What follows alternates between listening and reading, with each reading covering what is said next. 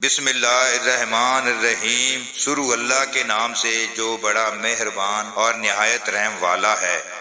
حدیث نمبر 976، حضرت براء بن عازب رضی اللہ عنہ سے روایت ہے، انہوں نے فرمایا کہ نبی صلی اللہ علیہ وآلہ وسلم عید الاضحیٰ کے دن نکلے اور 2 رکعت نماز ادا کی، پھر ہماری طرف منہ کر کے کھڑے ہوئے اور فرمایا ہمارے اس دن سب سے پہلی عبادت یہ ہونی چاہیے کہ ہم نماز پڑھیں، پھر واپس ہوں اور قربانی کریں۔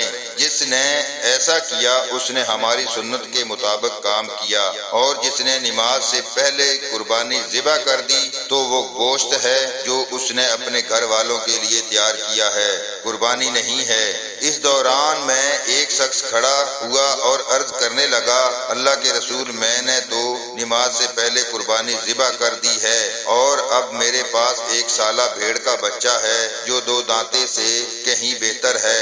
آپ نے فرمایا تم اس کو ذبح کر دو، لیکن تمہارے بعد کسی اور کے لیے کافی نہیں ہوگا۔ حدیث نمبر 977، حضرت ابن عباس رضی اللہ عنہ سے روایت ہے، ان سے پوچھا گیا آپ نبی صلی اللہ علیہ وآلہ وسلم کے ہمراہ نماز عید میں شریک ہوئے ہیں؟ تو انہوں نے فرمایا اگر میرا چھوٹے ہونے کی وجہ سے آپ صلی اللہ علیہ وآلہ وسلم کے ہاں مرتبہ اور مقام نہ ہوتا تو میں عید کا مشاہدہ نہ کر سکتا۔ بہرحال آپ نماز عید کے لیے نکلے، یہاں تک کہ اس نشان کے پاس آئے جو کثیر بن سلط کے گھر کے پاس تھا، نماز پڑھی، پھر خطبہ دیا۔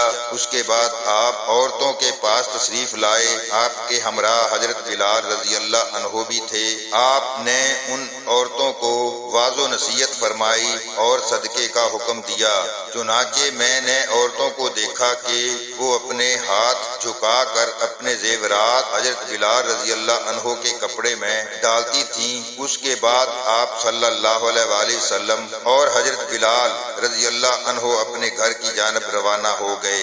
حدیث نمبر 978، حضرت جابر بن عبداللہ رضی اللہ عنہ سے روایت ہے، انہوں نے فرمایا کہ عید الفطر کے دن نبی صلی اللہ علیہ وآلہ وسلم کھڑے ہوئے اور نماز پڑھی، یعنی نماز سے آغاز کیا، پھر خطبہ دیا، پھر فارغ ہوئے تو اترے اور عورتوں کی طرف تشریف لے گئے، انہیں نصیحت فرمائی۔ جب آپ حضرت بلال رضی اللہ عنہ کے ہاتھ کا سہارا لیے ہوئے تھے اور حضرت بلال رضی اللہ عنہ اپنا کپڑا پھیلائے ہوئے تھے جس میں عورتیں خیرات ڈال رہی تھیں، راوی کہتا ہے میں نے حضرت عطا سے دریافت کیا وہ صدقہ فطر ڈال رہی تھی، انہوں نے فرمایا نہیں، اس وقت ویسے ہی خیرات کر رہی تھیں، اگر ایک عورت اپنی انگوٹھی ڈالتی تو دوسری عورتیں بھی ڈالتی تھیں۔ میں نے عطا سے دریافت کیا آپ کے خیال کے مطابق کیا امام کے لیے ضروری ہے کہ وہ عورتوں کو نصیحت کرے؟ فرمایا ہاں، ان کے ذمے تو ہے، لیکن نامعلوم وہ کیوں نہیں کرتے۔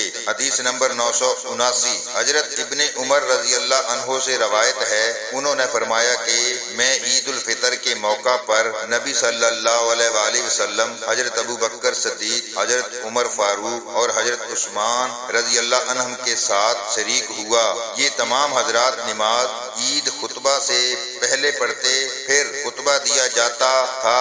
ایک دفعہ نبی صلی اللہ علیہ وآلہ وسلم باہر تشریف لائے، گویا میں اب بھی آپ کو دیکھ رہا ہوں جب آپ اپنے ہاتھ کے اشارے سے لوگوں کو بٹھا رہے تھے، پھر آپ صفوں کو چیرتے ہوئے عورتوں کے پاس آئے، آپ کے ہمراہ حضرت بلال رضی اللہ عنہ تھے، آپ نے یہ آیت تلاوت فرمائی، اے نبی جب آپ کے پاس اہل ایمان خواتین بیعت کے لیے حاضر ہوں، پھر جب آپ اس کی تلاوت سے فارغ ہوئے تو فرمایا تم سب اس وعدے پر قائم ہو جو ان عورتوں میں سے صرف ایک عورت نے ہاں میں جواب دیا، اس کے علاوہ کسی عورت نے آپ کی بات کا جواب نہ دیا۔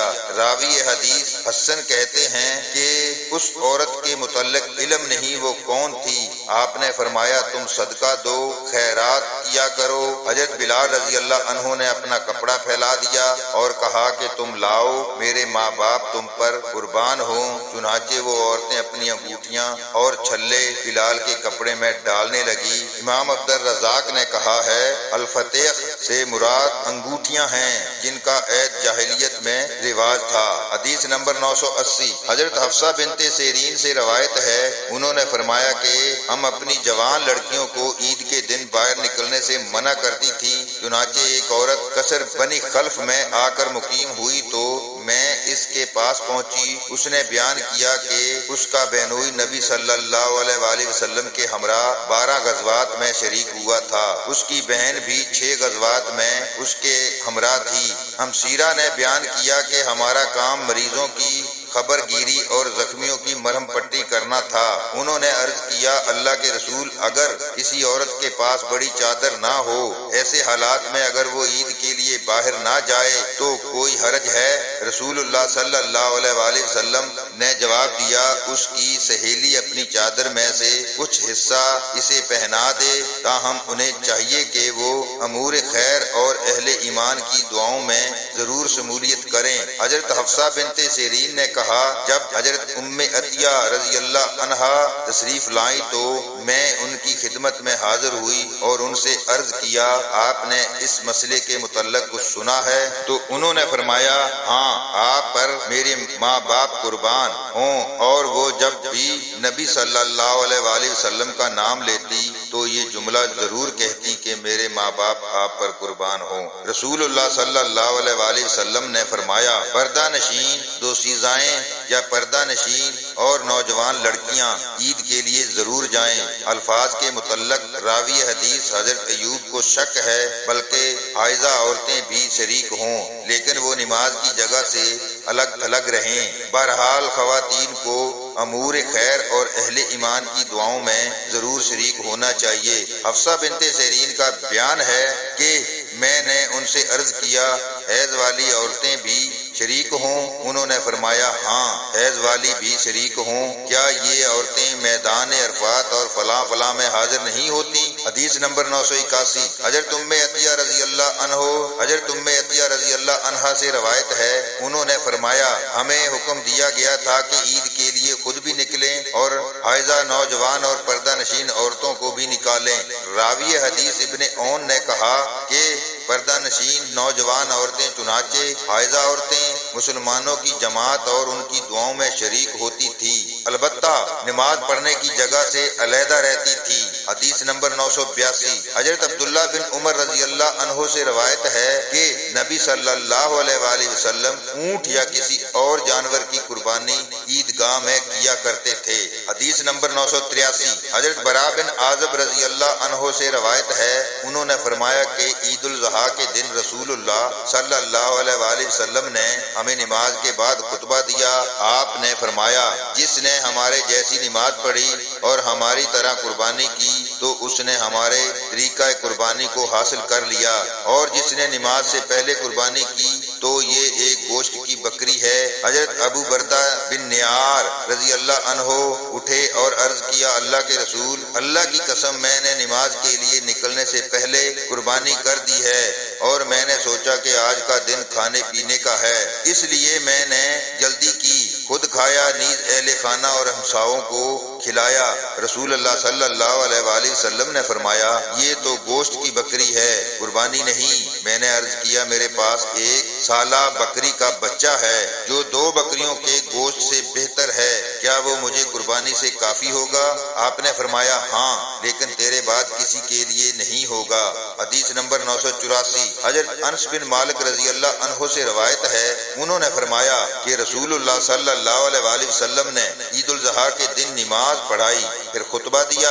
آپ نے خطبے میں حکم دیا، جس نے نماز سے پہلے قربانی کی وہ دوبارہ کرے۔ انصار میں سے ایک شخص کھڑا ہوا اور اس نے عرض کی، اللہ کے رسول، میرے پڑوسی ہیں جو محتاج ہیں یا کہا فقیر ہیں، لہٰذا میں نے ان کی وجہ سے قبل از نماز اپنی قربانی کو ذبح کر دیا، اور میرے پاس ایک سالہ بکری کا بچہ ہے جو مجھے گوشت کی 2 بکریوں سے محبوب تر ہے۔ آپ نے اسے وہی ذبح کرنے کی اجازت دے دی۔ حدیث نمبر 985 حضرت جندب رضی اللہ عنہ سے روایت ہے، انہوں نے فرمایا کہ نبی صلی اللہ علیہ وآلہ وسلم نے عید الاضحیٰ کے دن نماز پڑھی، پھر خطبہ دیا، پھر قربانی کی اور دوران خطبہ میں فرمایا جس نے نماز سے پہلے قربانی کا جانور ذبح کیا تو اسے دوسرا جانور ذبح کرنا چاہیے، اور جس نے نماز سے پہلے ذبح نہیں کیا اسے چاہیے کہ اب اللہ کا نام لے کر ذبح کرے۔ حدیث نمبر 986 حضرت جابر رضی اللہ عنہ سے روایت ہے،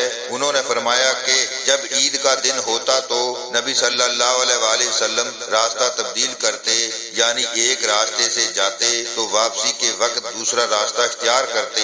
حضرت ابو ہریرہ رضی اللہ عنہ سے بھی اسی طرح مروی ہے، لیکن حضرت جابر رضی اللہ عنہ کی روایت زیادہ صحیح ہے۔ اسی طرح خواتین اور لوگ جو گھروں اور دیہاتوں میں رہتے ہیں وہ بھی 2 رکعت پڑھیں، کیونکہ نبی صلی اللہ علیہ وآلہ وسلم کا ارشاد گرامی ہے، اے اہل اسلام یہ ہماری عید کا دن ہے۔ حضرت انس بن مالک رضی اللہ عنہ نے زاویہ میں اپنے غلام ابن ابی عتبہ کو حکم دیا تو اس نے ان کے گھر والوں اور بیٹوں کو جمع کیا، پھر وہ شہر والوں کی طرح نماز پڑھتے اور ان جیسی تکبیرات کہتے تھے۔ حضرت اکرمہ نے کہا کہ دیہات کے لوگ عید میں جمع ہوں اور امام کی طرح 2 رکعت پڑھیں۔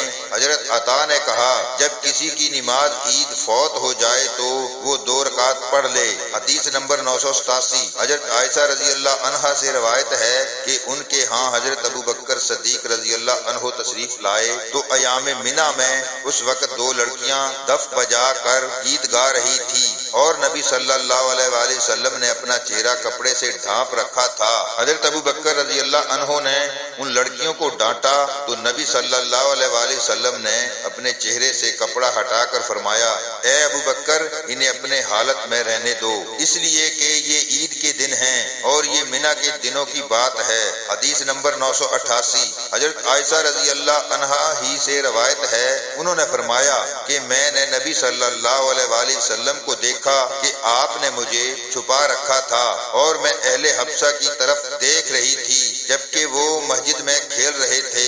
انہیں حضرت عمر رضی اللہ عنہ نے ڈانٹا تو نبی صلی اللہ علیہ وآلہ وسلم نے فرمایا انہیں اپنی حالت پر رہنے دو، اے بنو ارفدہ تم اطمینان سے اپنے کرتب جاری رکھو۔ حدیث میں لفظ امن کے معنی بلا خوف و خطرے کے ہیں۔ ابو معلہ بیان کرتے ہیں کہ میں نے سعید بن جبیر کو حضرت ابن عباس رضی اللہ عنہ سے بیان کرتے ہوئے سنا، وہ عید سے پہلے نماز کو مکروہ خیال کرتے تھے۔ حدیث نمبر 999 حضرت ابن عباس رضی اللہ عنہ سے روایت ہے کہ نبی صلی اللہ علیہ وآلہ وسلم عید الفطر کے دن باہر تشریف لے گئے، وہاں 2 رکعت نماز عید پڑھی، لیکن اس سے پہلے اور اس کے بعد کچھ نہیں پڑھا۔ آپ کے ہمراہ حضرت بلال رضی اللہ عنہ تھے۔ اللہ تعالی ہم سب کو دین کو صحیح معنوں میں سمجھنے کی توفیق عطا فرمائے، آمین ثم آمین۔